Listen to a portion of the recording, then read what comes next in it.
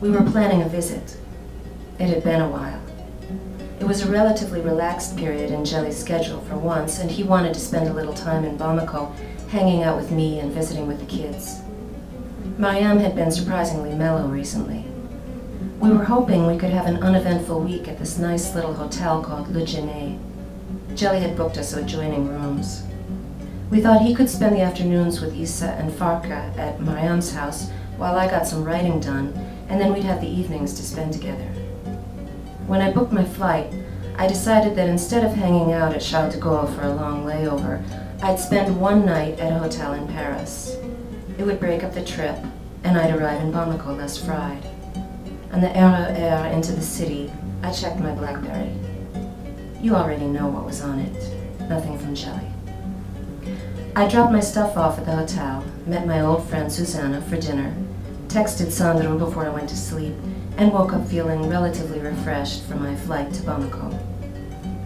When I checked in at Le Genet, the receptionist told me that Monsieur Kouyaté hadn't yet checked into his room, but that it was the one next door to mine. That was okay.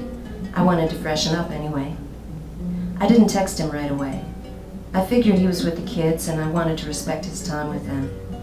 I took a long, lukewarm shower and rubbed some lotion into my skin. I was hungry, but I figured I'd wait for Jelly so we could get some dinner together. I got dressed.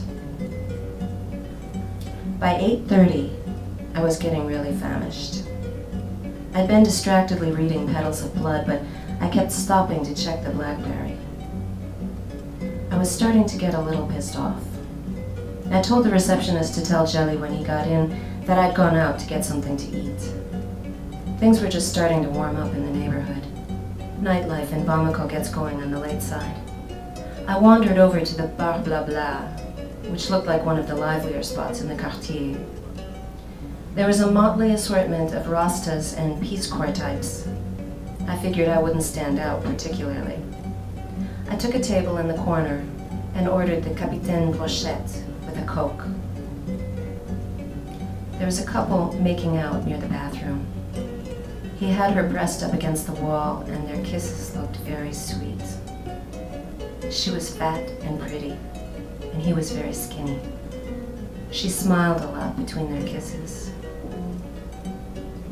Jelly and I never kiss in public. My fish was very good. When I got back to the hotel, Jelly still hadn't appeared. I tried to read some more, and when that didn't work, I tried pretending to be trying to sleep.